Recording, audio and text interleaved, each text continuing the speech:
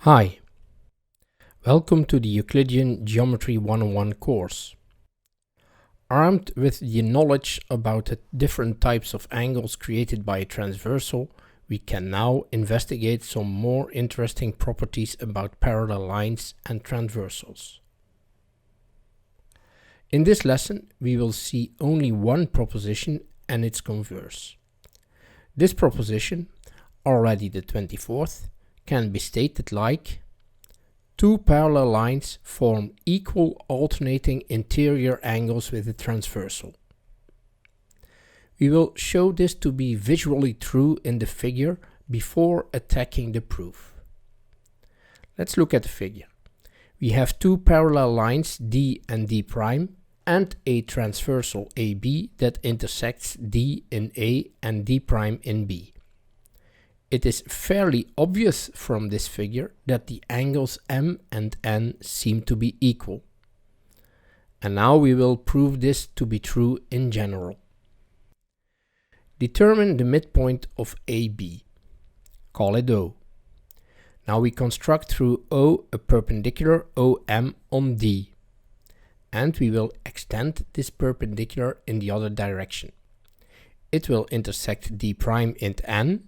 And because of proposition 23, we know that this line segment MN is also perpendicular on D'.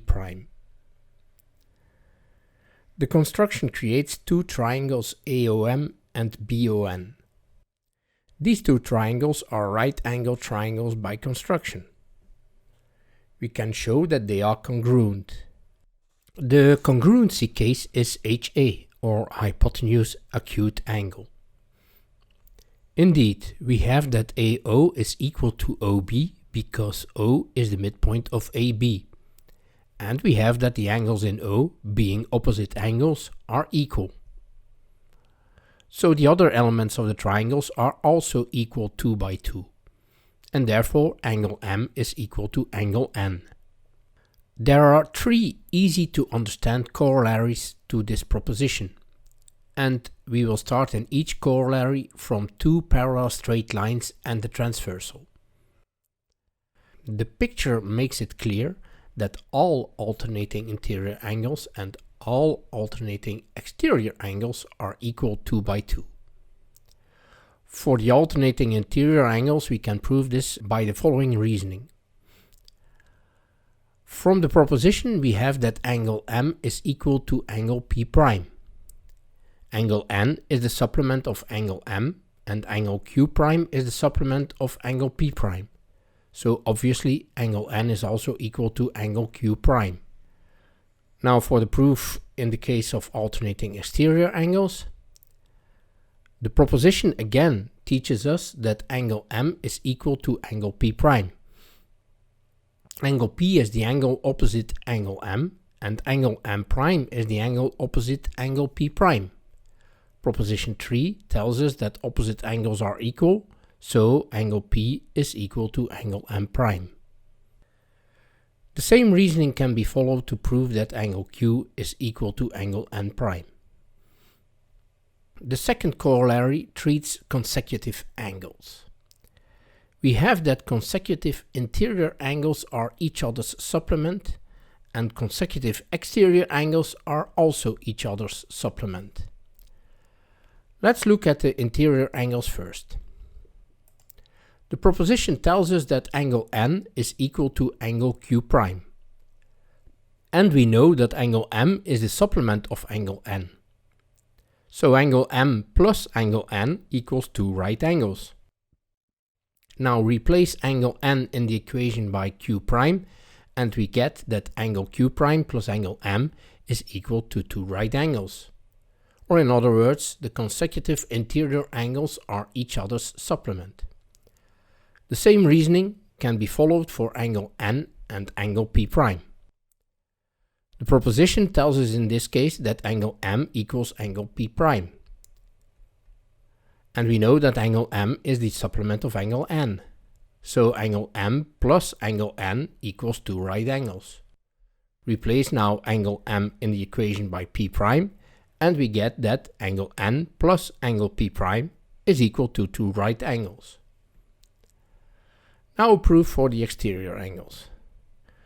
Just now we have proven that angle N and P prime are each other's supplement. M prime and P prime are opposite angles, so equal. And the same is valid for angle N and Q, also opposite angles. So we can replace N and P prime by M prime and Q.